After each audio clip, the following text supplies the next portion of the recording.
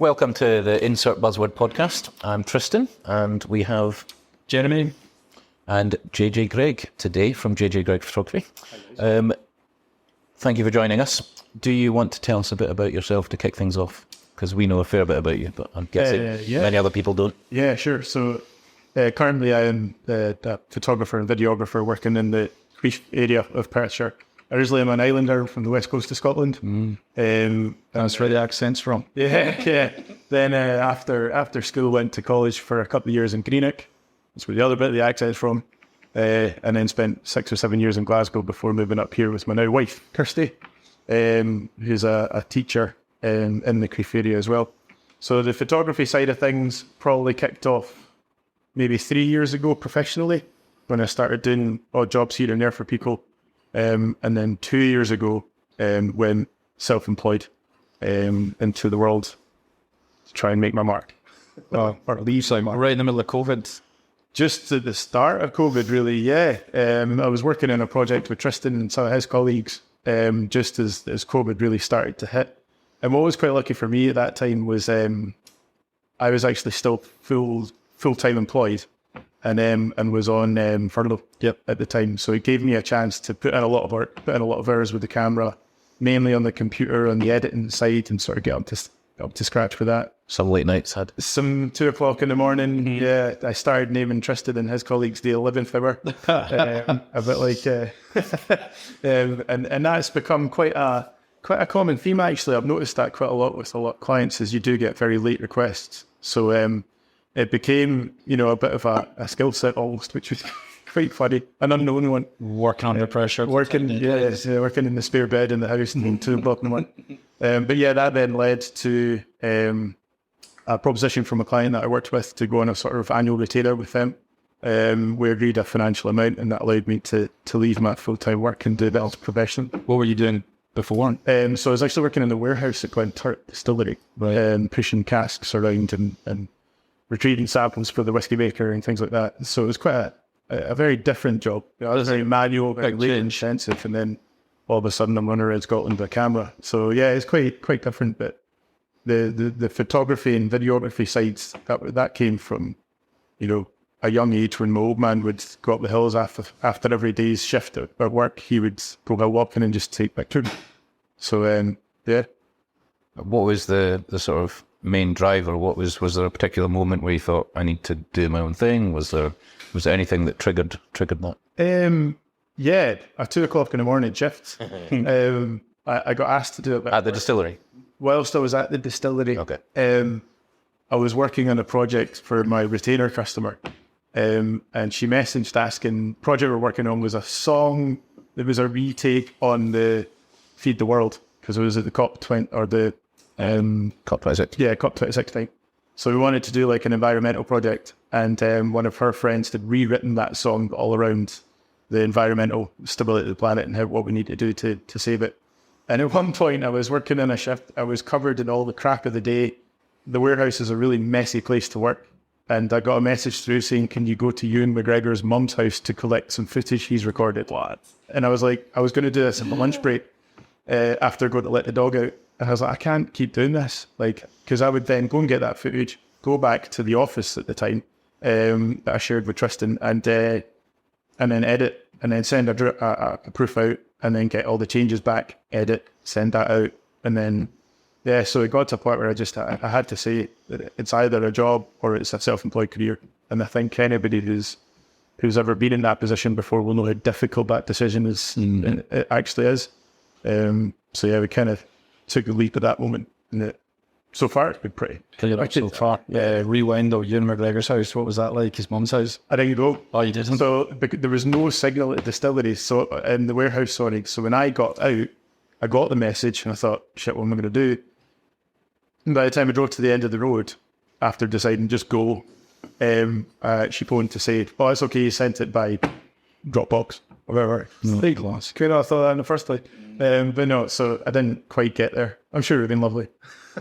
What was your biggest fear when making the jump from full-time employment to the self-employment? Without doubt, financial. Without a doubt. I've since seen people that have been in a similar position say, make sure you've got 5 years worth of savings. I didn't do any of that.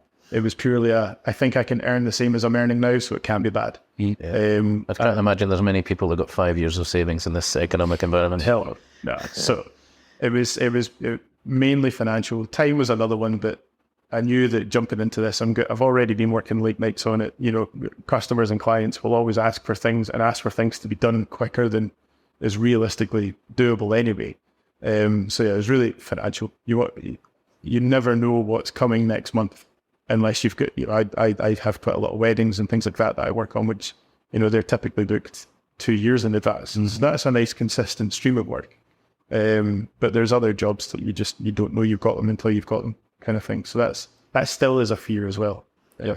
It makes logical sense that the financial impact or worry was your main concern, but a lot of people, it's fear of failure. Where does that come into it?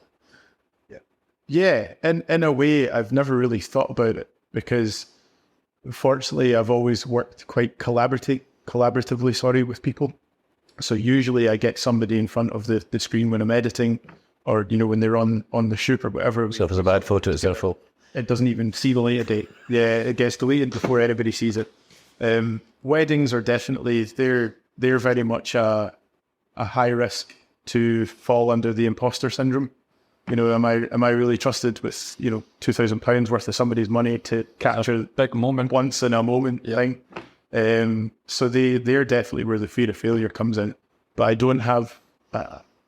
I've never actually really thought about that until you mentioned it. Cheers. Yeah. Do you have any? Yeah. Cool. Back to old job. Yeah. So what, for those listening, what were some of the sort of struggles or the main challenges you faced, both in those early days and kind of now, up to now? So I suppose initially finding work. I was very lucky to have that one customer that was willing to commit a certain amount of financial input, knowing that they would get a certain amount of, we based it on a number of days per month, but they knew that they would get any work out of me that they needed done. So I wasn't just doing photography, I wasn't just doing videography, I was doing their social media plan and I was doing all that kind of stuff as well. So in terms of a fear of failure, what was the original question? What were some of the struggles you faced in the early days and up to now, really? So the struggles are finding work. I take part in your wedding fairs to promote the business there and have people come to you and see your product. But I think that's definitely the biggest one, is finding work. Your reputation precedes you, and a lot of my customers are repeat customers, which is I'm very grateful for. For weddings as well? Yeah. I don't know if they do divorce parties. But yeah, so that's still to this day a big fear. Another massive fear of mine is technology. It's led me down a couple of times. I've just lost a 10 terabyte hard drive that had 8 terabytes worth of footage on it, and that footage has been non-recoverable by the manufacturer. So for me, that's a big fear. Fortunately, I back things up to the cloud, and I've got 3 other hard drives plus my computer hard drive, all with footage on them. So nothing's lost? Nothing's lost. Okay. But imagine I hadn't backed up the backup. So that was a real eye-opener when that happened. Fear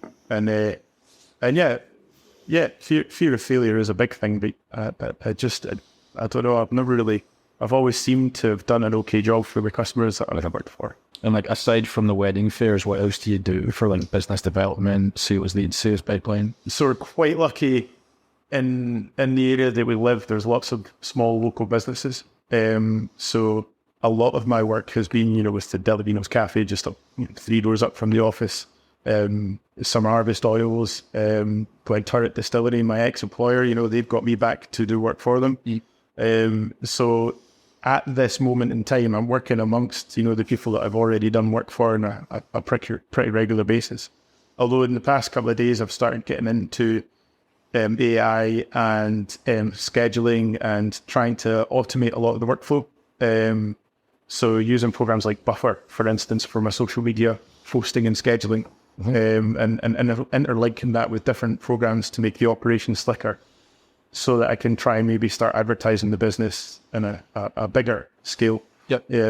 the overall goal is to start some sort of production company or something where you have employers working under you that operate the camera and try and bring your ideas to life, sort of thing. But that's years away, so it's trying to get years. Sorry? Why years? Well, actually, no, you've got a good point, because it might not be anymore because we've already put a couple of years into it.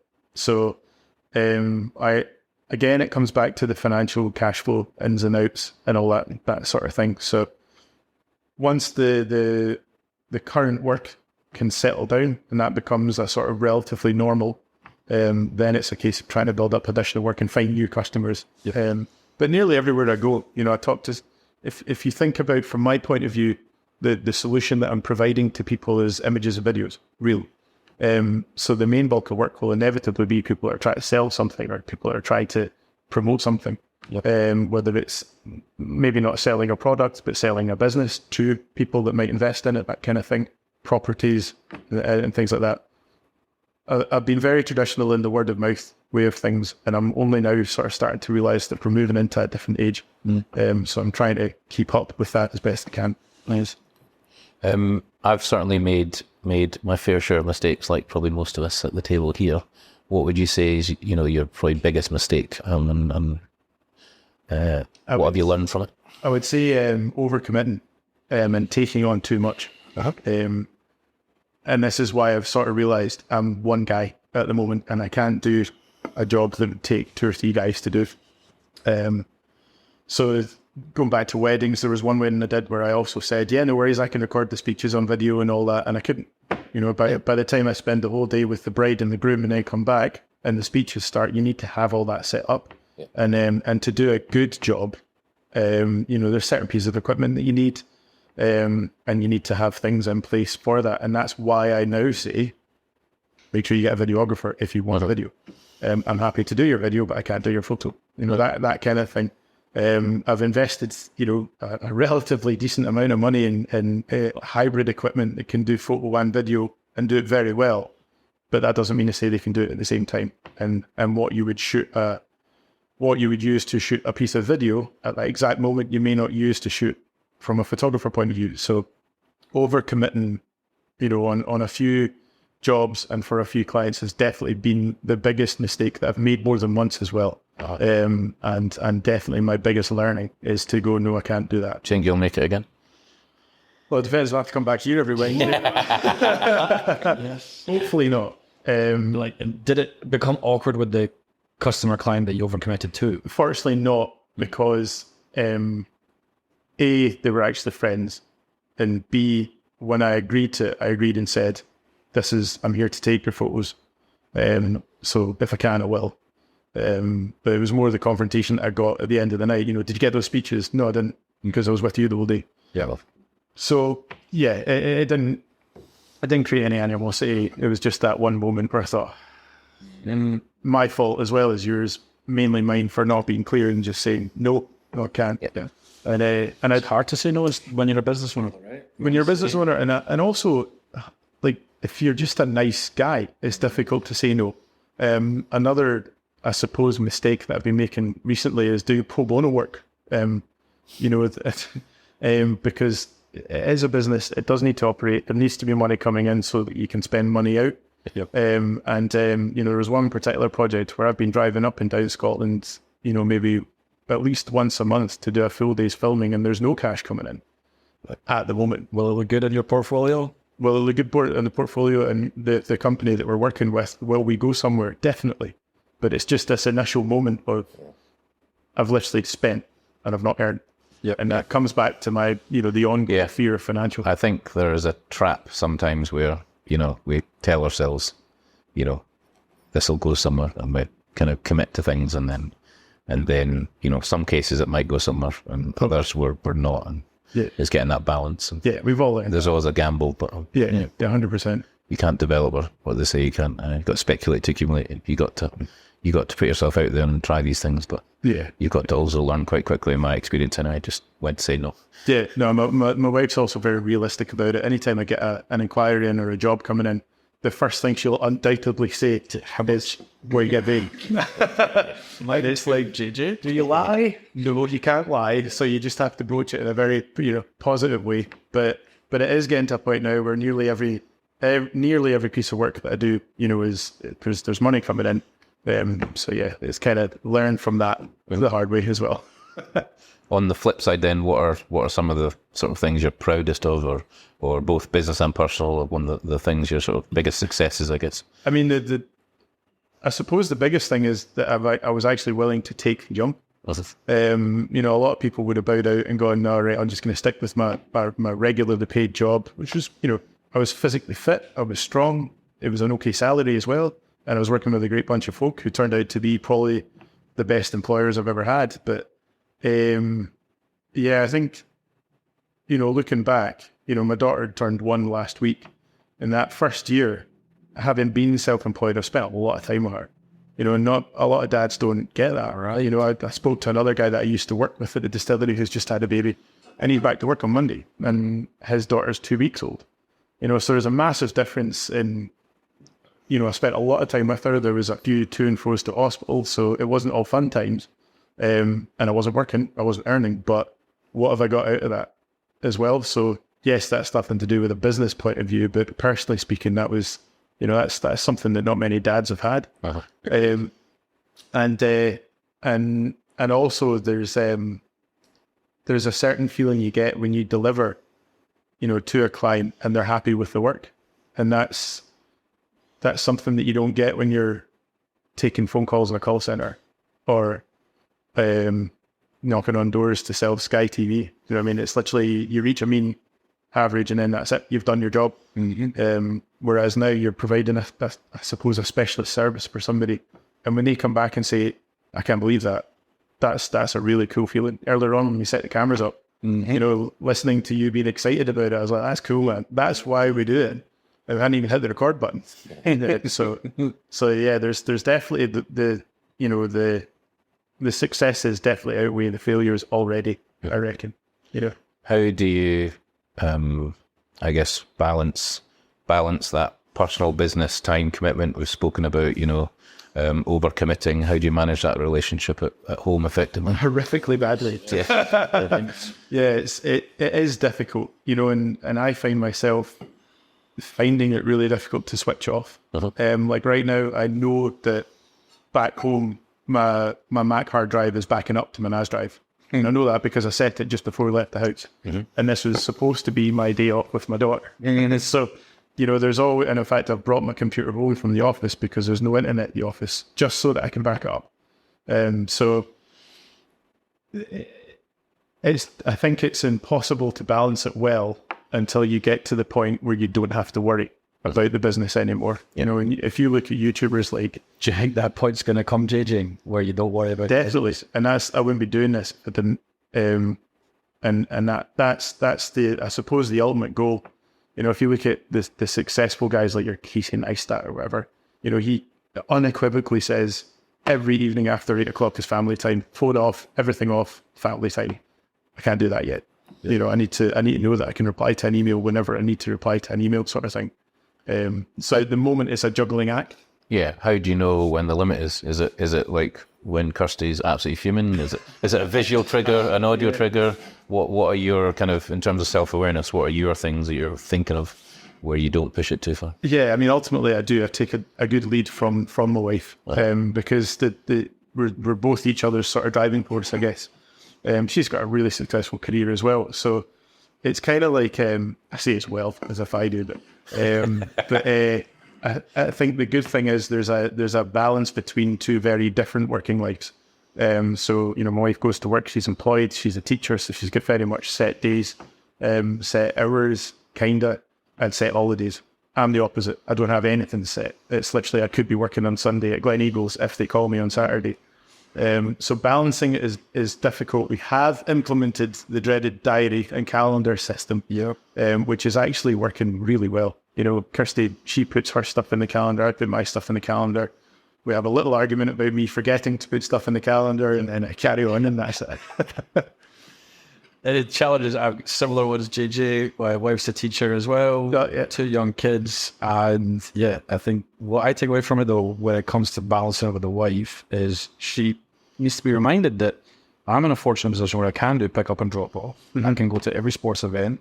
Yeah. Everything that's on during the week, I'm the one that decides whether I can go. It is a challenge with one's full-time employed and one, gallivant around the country. Yeah, and I would struggle to find, any married couple who don't have that issue if there is a self-employed and an employed, side to it. Yeah. But the good thing is, we've blocked 2 weeks off in October, and I couldn't do that with my old job. Yeah. You know what I mean? So In my experience with that dynamic, and I've got it wrong many times, but it's really difficult I found it difficult to, the view has often been like, it's like you're away from the house, so you're like, not here, and that's the focus. But sometimes there's obviously a balance, but it's like, I'm trying to work to earn money, to develop careers. I'm not just sitting about doing nothing. Yeah. And then that balance of actually, it's important to be present, even if you're there, if you're thinking about work all the time, how present are you? And that balance, that's the bit I found difficult because, I've certainly had arguments in the past or frustrations where it's like, well, you're not here, you're not there. Yeah, but I'm trying to do my best here. I'm not, Right. Yeah. I'm not like, desperate not to be here. I'm actually just trying to, one, put food on the table, earn some money. Whenever you start a business, unless you're lucky to have a massive cash balance behind you. Yeah. It is always a friction or a challenge. And that balance of sort of not being ungrateful or disrespectful, but just saying, it's not because I don't care, I don't love you, I don't love the kids, I love it. It's actually, I am. The motivation's pure. It just maybe not appear that way. Yeah, totally. Yeah. And work travel as well. People, the wife, you're away to wherever. How wonderful for you. I'm going to sit in a hotel room by myself for 5 days, darling. It's still like... Yeah, I did a job up in the Isle of Skye for 2 of my best mates, actually, one from Glasgow. And they've got an amazing Airbnb rent pod kind of thing. What's it called? Just so they can Skye Red Fox Retreat. look it up, guys. Link below. And Alex and Nicola, they've set up an amazing wee thing, and their pod is used mainly by elopement wedding couples that go off to the Isle of Skye to get married, and they wanted some promotional work done for it. And what was really good was Kirsty came with me, and she was like 8.5, maybe 9 months pregnant at the time. But it meant that I could commercially work, but we could also tie in a wee bit of a benefit as well. Not often you get to drive to Skye for a weekend and stay somewhere. And get paid for it. And get paid for it as well. And then I did some video work for Glenturret Distillery, which has just received their second Michelin star, I think. And as a reward for the video, they gifted Kirsty and I a meal in their restaurant, and it was phenomenal. Mm-hmm. And there's the other perks as well as getting paid. There's the other perks of going to places that I wear a hoodie every day. I don't belong in a Michelin star restaurant. Yeah, so it's kind of like there's these things that you start to see, the other side of things that you wouldn't normally see if you were just kind of, I guess, working. So the balancing act when there's perks that come alongside it, I think that helps soften the blow as well. I think my January and February, in January this year, I sent one invoice out, and that was an invoice that I forgot to send in December. Mm-hmm. There was no work in January. So there's that sort of, right, I do need to get my act together and get some work, because I have said, I'm trying. And if I'm not doing any work, then how hard am I trying? Kind of thing. Yeah. You mentioned earlier that, I guess the dream is to have a production company or content company, and to be able to employ people. And my motivation is that, I don't think I'll ever want to do nothing, but I want to be able to choose to do nothing if I need to or want to. Mm-hmm. What is your, you mentioned there, going away with Kirsty was really good, to do basically mix business with pleasure, but not legally because HMRC is listening. But what is the driver or motivation for you? What does that, success look like for you? What perceived success? It's a tricky one because, again, I've never grown up. I've never been in a position of having money. We had a very humble upbringing. I guess working towards some form of financial freedom is always going to be number one. That's, we live in the Western world where you have to earn money to live, and to have a house and to have a car and all that sort of stuff. I'm not particularly, I might have some nice cameras and things like that, but I'm not particularly, what's the word? Flush with cash. Materialistic. Okay. Yeah, thank you. So I'm not particularly materialistic, but I do want to enjoy a quieter life when I grow up and when I get older. And I want to know that when I hit, a certain point in life, I can step back and there'll be some sort of foundation there to support the rest of my life after that point. Without, I did a shoot at Glen Eagles for a couple that were coming over to celebrate their 25th anniversary. And the guy retired 2 years ago and he's 82. Wow. He's in California, but he's a self-made multi-millionaire. But he's just kept working because that's what he does. And I seem to always work, Yeah. So I don't mind if my retirement age is 80, if I've got the financial means to then have a phenomenal life after that. So this is on your terms. Yeah. I think that's the ultimate goal, is to get somewhere in life that I'm comfortable with and have done it myself. Okay. And, most of my experience or learnings are through spectacularly messing things up myself. And, and I'm sure you'll hear about it on our podcast episode, but there'll be a very strong theme, I imagine. But for you, how do you, do you sit down with Kirsty and agree your goals? Because I think it's important to have your own identity, your own, not separate necessarily, but your own purpose. But equally, in relationships, I've got it completely wrong before. It's also important to be very aligned, because when hard times do come or there's frictions, it's important you might be doing different things, but you're working the same direction. I mean, it's all towards the greater good, and right now that's our daughter. Yeah, really. I mean, that's the good thing about where we're at the moment, is there's no question about it. We're trying to buy a new house at the moment purely so that we've got more space, to bring her up with, and to give her an environment that we can, spend time at home with her and enjoy it. And your own studio? Well, yeah, that's the plan. But yeah, ultimately that's the end goal, is bring Roisin up and my daughter, and bring her up to be like a good person. So again, that's, that I guess that comes back to not being too materialistic, not putting importance on the wrong things.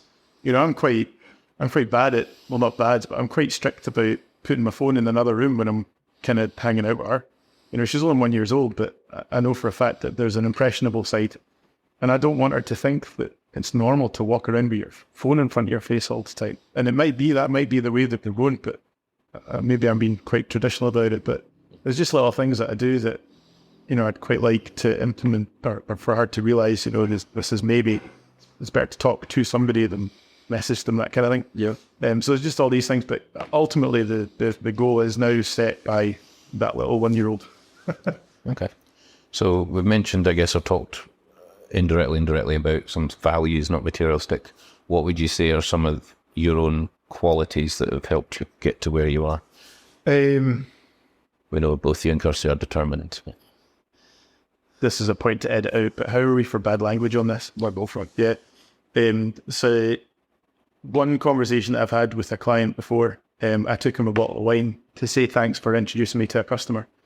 And his words, this is his back door at 8 o'clock at night. He was in his pajamas, but I was like, there you go, mate, thank you for that.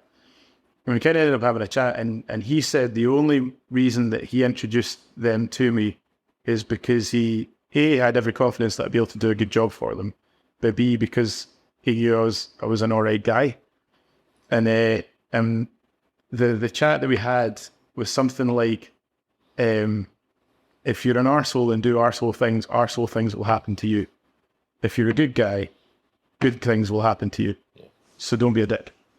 And that's basically, and the two of us were just, he had a cup of coffee in his hand at the time, and you're just kind of looking at the stars like, yeah, don't be a dick. It's not hard to go through life just not being a dick. Yeah. And that's basically what I base everything on, is just don't be a dick. And so far, you know, the majority of my feedback in previous jobs that I've had has always been, you know, you're actually a nice guy. So you were talking about not over committing or promising more than you can deliver. Being more cutthroat. Yeah, no, it's... At what point do you think that's limiting? So like jump out and build the parachute on the way down, for example. Yeah, I think I'm always going to be limited because I am just one guy until I can start, you know, building a team or working with a team, which I have started doing. And, you know, the projects that we're taking on with those guys, A Fierce Storm Productions, you know, we are being quite ambitious with them as well. But, you know, in that team, we've got myself, who's like the DOP. We've got 2 directors. We've got a behind-the-scenes photographer. We've got a sound guy, not like cool, but an audio guy. Who's also sound. Who's also sound. We've got a makeup artist. We've got a couple of script writers. Okay. You know, but as a business, we've not brought any money in. So we're working off of my, you know, 35, 40 grand's worth of kit that I've built up over 15 years. As a hobbyist. You know, we're working off of that. We're working off of our own money for diesel, for petrol and things like that. But we are aiming at, you know, football clubs. Can we do a documentary for you? It won't be like, you know, Welcome to Wrexham, but, you know, we're aiming to do big projects like that. We've already recorded 2, you know, short movies touching on, you know, pretty topical things like suicide and, you know, quite behavioural aspects of human life and things like that. So these are ambitious projects, but we have a team of people to do that. Yeah. But I need to be quite careful where I'm at because I'm also the director of JJ Greig Photography, which is my own self-employed business as well. And right now I need to make sure I'm focusing enough on that to earn money so that I can do these things as well. And that's where the potential problem for taking on too much can come into play. Because I need to put food on the table at the house and all that. So right now, I'm quite lucky in that the expectations that I've had or that I have from my customers that I'm working for at the moment, we've all set quite clear deadlines. And I've told them, you know, this is possible to do, but it will take this long. You know, like last night, I got a text message from the last wedding that I did, just saying, you know, did you say it was 6 or 8 weeks to get a delivery of the gallery? And I actually said to her, normally 6 weeks, but I'm actually going to try and get it done in 4, you know, because I've actually done 90% of it already because I found a free day. So I am getting much better, not at turning work down, but setting an expectation of how long it will take to get the work done. Yep. And I think that's the really important thing. You know, I learned that working with Tristan on a couple of projects before. You know, I never said, no, I can't do that tonight. I always said, yeah, no bar.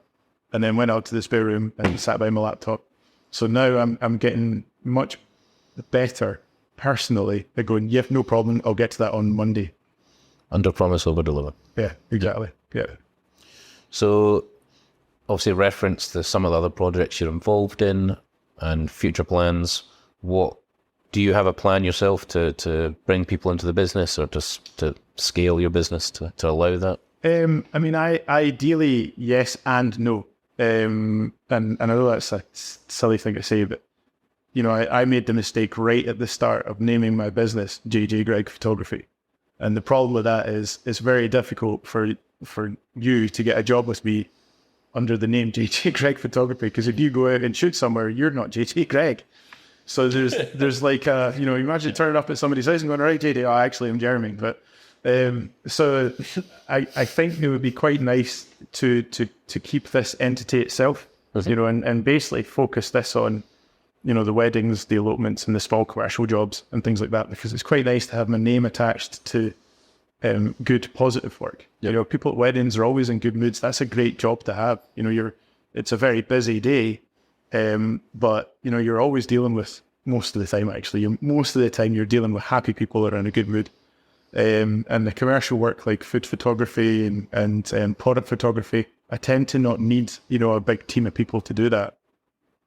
But I'm also a director of A Fierce Storm Productions, and that's a team effort. You know, it's very difficult to make a short movie or a feature-length movie with just one guy. Yeah.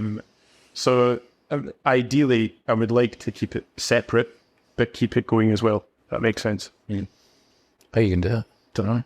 Tell me. Speak to the business consultants that I know that have done an MBE. HR, team management, being in charge of people, how do you find that? To be fair, from my call center days, I worked into sort of lower and mid management levels. So I've had a fair share of dealing with that. But the team project that I've got at the moment with the Fierce Storm and the other business that I'm on, the Heart 200, it's all individual freelancers. So we don't actually employ anybody as such. They get paid their day rate, and we'll invoice them out at the end when we get the money in from the showcase kind of thing. So my ambition is to have a team of people that I can work with, but are not necessarily employed by me. That makes sense. Yeah. So not have to deal with any of that. I was about to say, that's the part I enjoy the least. Yeah. I hate the HR stuff. Yeah. I don't,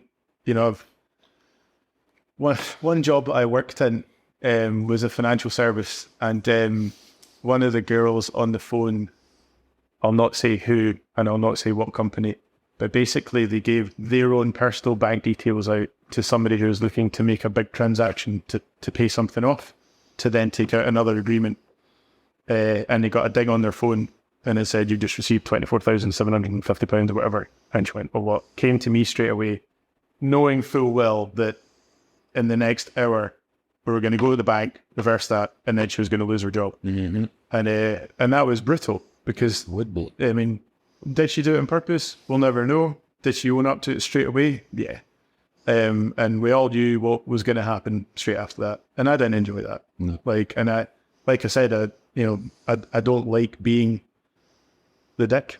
It's not my role in society. Maybe it makes me, soft to some people. I'm not sure, but it's not what I enjoy doing. I enjoy getting good things out of good people, sort of thing. So yeah, I'm kind of glad that hopefully the way that we're going, the only HR I'll need to deal with is my own. Yeah. I'll need to approve my own holidays, approve my own sick days, that kind of thing. So yeah, I'm definitely going to try to stay away from that as best we can. Good. So, if you could have a conversation with your younger self, I guess, 12-year-old JJ, what's some advice that you might tell yourself? So, I would say that personally, if we do it personal and business, I guess, personally, don't fuck up with money. That's the first piece of advice I would give anybody. Is make sure that from an early age, if you start working, make sure you keep some money aside. Not because it's what makes the world go round or anything like that. It's just because it makes things easier. If you've got a bank of money there, it doesn't have to be hundreds of thousands, but if you've got something that you can rely on when you need to rely on it, make sure you have that in place. And I've made mistakes with money before. So that's definitely the first thing that I would say is don't be greedy, but just make sure you're sensible about certain things. From an ambition and from a working point of view, I would say don't be afraid to move away from normal. I think there's too much of a impression put on people to go and get a job. Go to university, get a degree. I didn't even finish my second year at college, but I know people that have spent 6 years at university studying politics and then taking it further than that, and then they work in a shirt shop. So it's not necessarily the be-all and end-all, particularly at today's age. You see all these young entrepreneurs that have got like Airbnb businesses and things, okay, not in Scotland anymore, right? But, around the world where they've got all these massive, portfolios of properties that they've built up. And they're just kids with a TikTok account. It's all these side hustles, all these sort of things.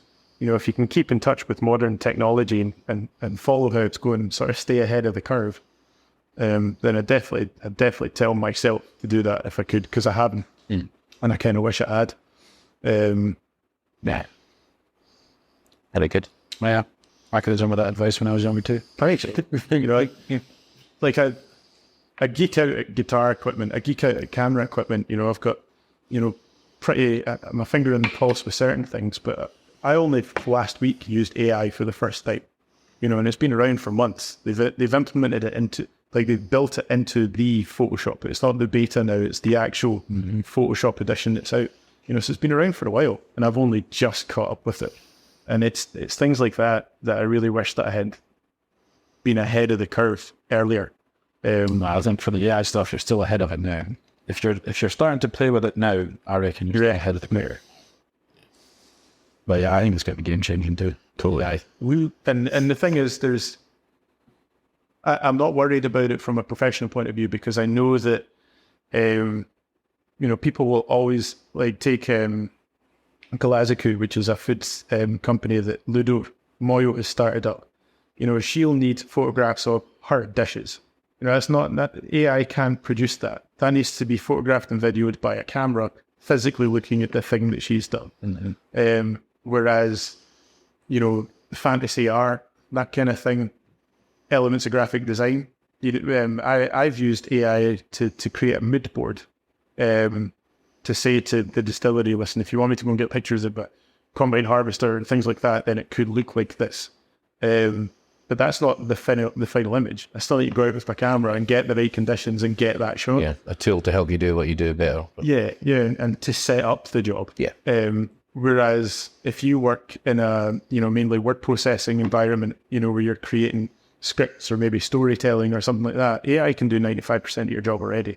So I think there's going to be some elements of the trades where it will be game changing, and already is, but there'll be some elements, of some trades where it won't touch the sides.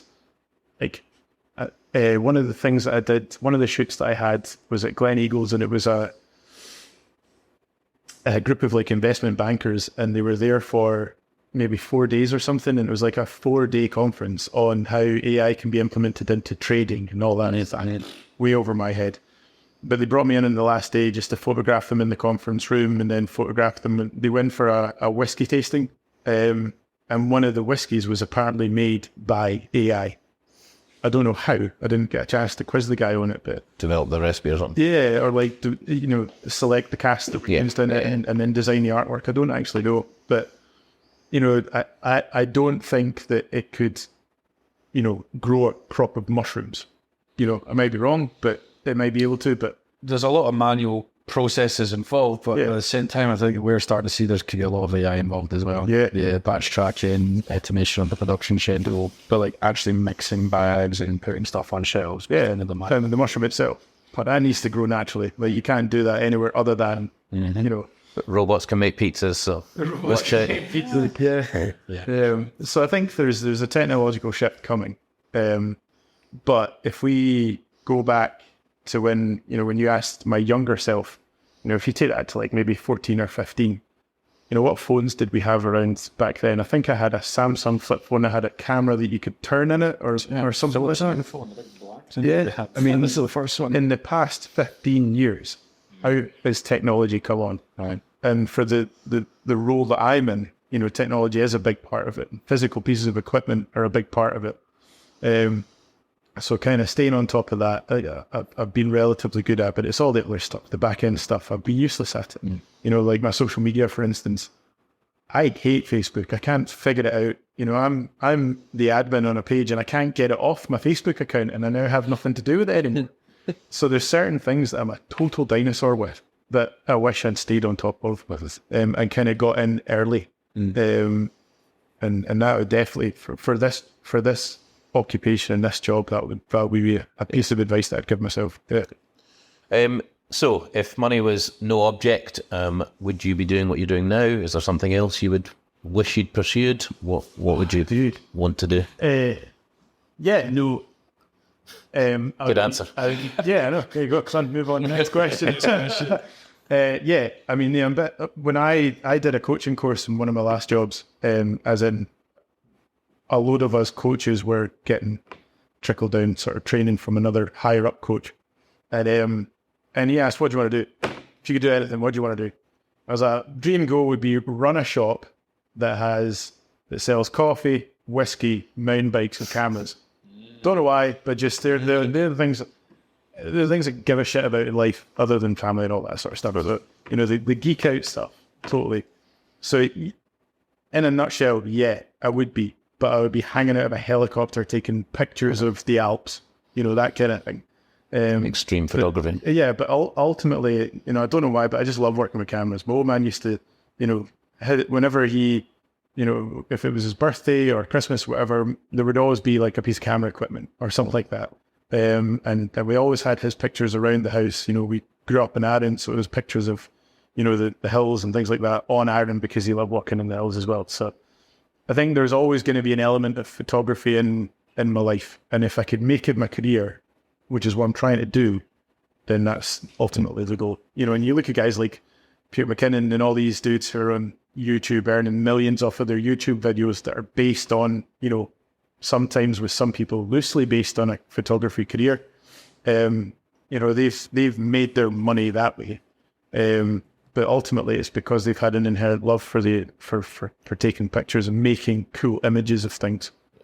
So yeah, I think I would. And you'd mentioned your dad and his influence. How big a role that emotional connection does that play in your love or passion for photography and camera equipment? Ironically, not. It wasn't at the time. So he died when I was 18.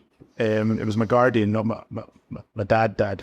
He died when I was 18, and at the exact same time, pretty much, I got made redundant from a wee jobs that we had in Suckyall Street in Glasgow. But then a week later, a big company came in and bought that company back. So we all got our jobs back. So we got a little redundancy payment. So with that, 500-600 quid, I bought my first digital SLR because that's probably what he would have done if he got that money. And I know that in the run up to that Christmas, my mum was planning on buying him a digital SLR, pulling him away from the film side of things. So that was an emotionally driven purchase. And it's led to where, sitting here talking about it now. But at the time when he was, taking pictures, I wasn't really interested in it. I was more interested in playing my guitar. Yeah. So it's funny how it was only in sort of retrospect that I realized that was a really cool thing that he did. Mm-hmm. And I really wanted to get into it and sort of figure it out. Do you still have that first camera you bought? Yeah. I've still got his camera. Yeah. And actually, his camera stopped working, which is why Mum was going to buy him a digital SLR. But I went on eBay and found a working model of that camera. So I've actually got his one and the one that functions. And I've only taken one photograph on it, and it's a photograph of my two newest cameras. Camera inception. Yeah, but I've kept every camera I've ever bought. And I've got a nice neat row of them so far. You'll be able to do a Casey Neistat wall of cameras at some point. Quite there, yeah. That'll be a small wall. Yeah. Sin. What... You mentioned guitars. Where does that fit in? You didn't mention that in a guitar shop, or that was just always another. Is there something you enjoyed doing? Passion of mine, yeah. I when I was at school, when we picked our subjects in standard grades, music and PE were in the same column, and I was a diehard AC/DC fan when I was at school, and I started getting lessons every Thursday off of the postman, who was also just a crazy closet guitar player. And yeah, I ended up studying music at college. Studied the guitar at college for 1.5 years when I dropped out when my old man died. What are you better at, playing guitar or taking photos? Definitely taking photos.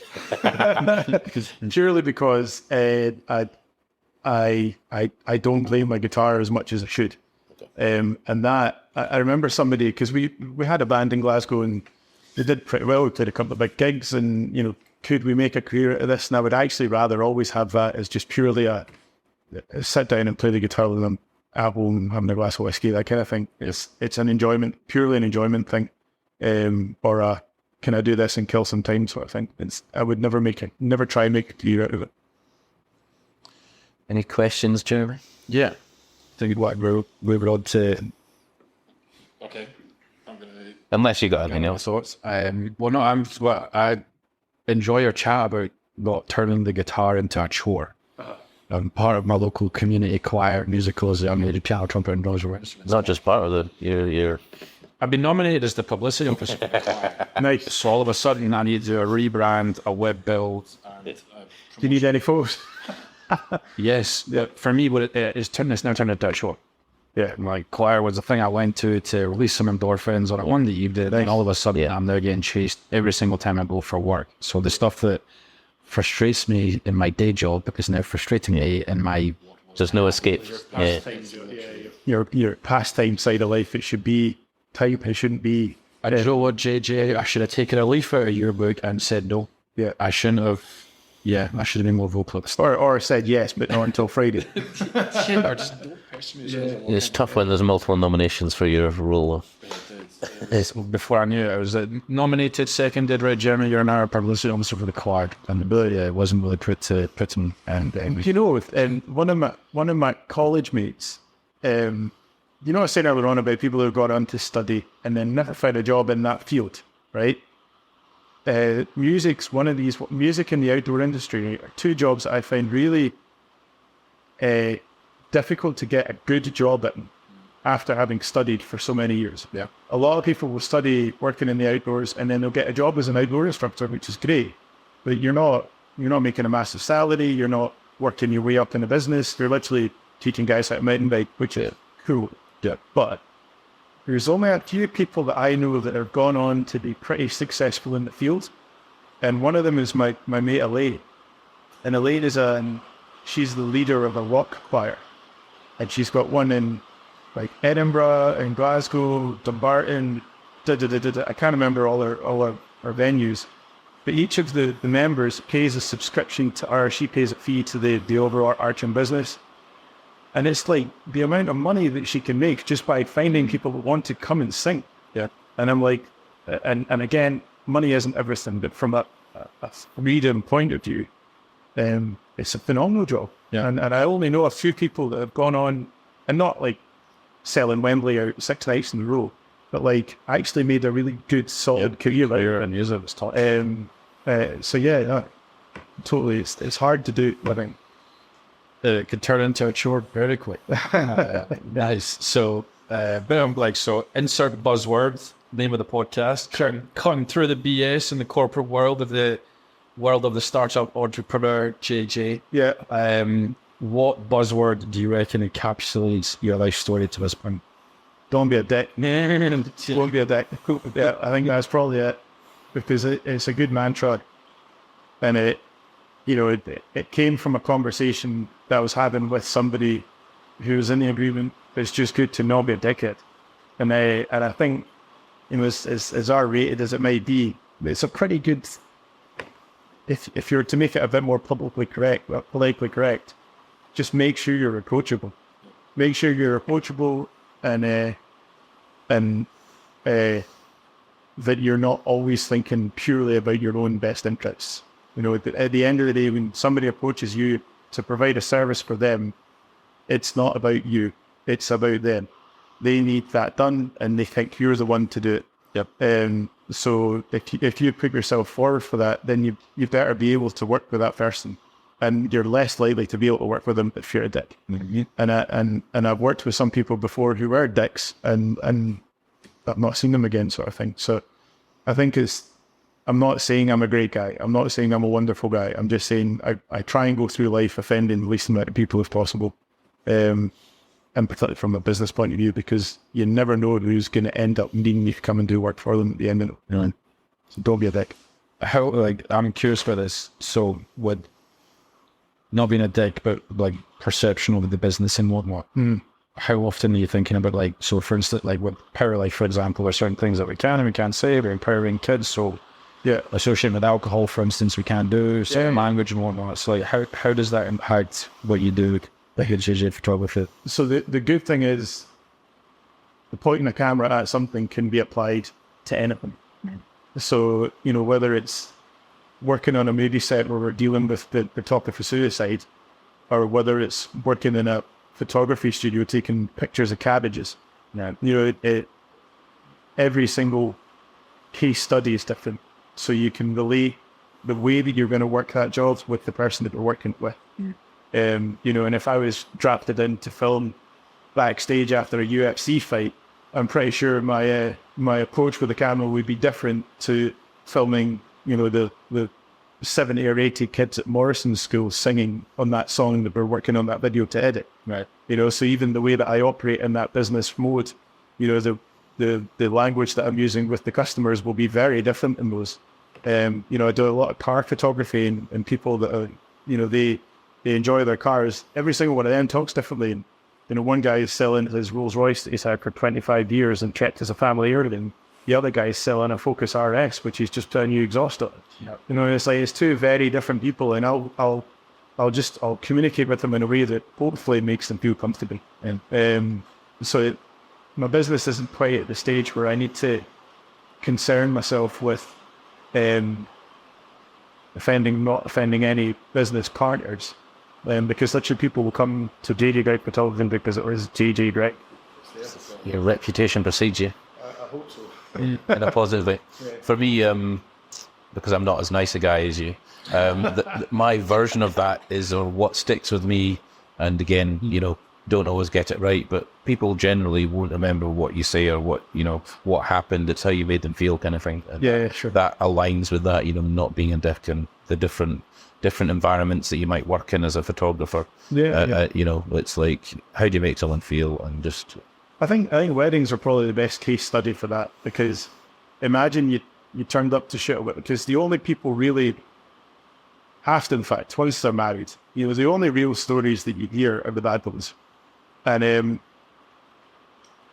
I would hate to think that I turned up to shoot a husband and wife getting married, and for me to come across in any way as like arrogant or conceited or anything like that. You know, there's jokes and there's banter, and there's always a comment, you know, that they make about getting their boobs out of the way when they're getting their wedding dress on and stuff like that. But there's never any, you know, I'd hate to be somebody that gets told that I've said something that I shouldn't have said. You know, and I don't censor myself through life, but it just doesn't sit right with me to be in that position. And yeah, again, it might have cost me some contracts because I'm not ruthless enough. I'm not sure. But at the end of the day, like, you know, it's who I kind of who I am and how I work. So before we wrap up, JJ, any final thoughts or messages for our listeners? I can't obviously speak for the big business owners who've got millions in the bank, but definitely when the imposter syndrome can kick in quite easily, particularly if you're turning up to do a job that you've never done before. But just for me, I just need to keep reminding myself that I'm there because somebody's asked me to be there. And that would only happen because they've made an inquiry based on work that they've seen, or somebody that they've spoken to who's had we work for them before. And that'll apply to anybody, you know. So if you are trying this out, you know, I don't have millions in the bank, but at the moment it's going okay. And yeah, so just have a bit of faith and just know that when you're turning up to a job, it's because you're meant to be there and because somebody's asked you to be there. Perfect. Thank you very much. That's brilliant. And how can listeners follow you, keep up to date with what your work and what you're doing? Yeah, so my Instagram is at JJGreigPhoto, and my website is jjgreig.com. Perfect. Is there a separate social media channel for your AI work? The AI generated work will feature every now and again. Yeah, I'm doing a push on weddings at the moment, but I try and fill my Instagram with different sides of stuff that I try and cover. So yeah, get in touch. Perfect. Thank you very much. It's been brilliant speaking to you, JJ. Cheers, Jay.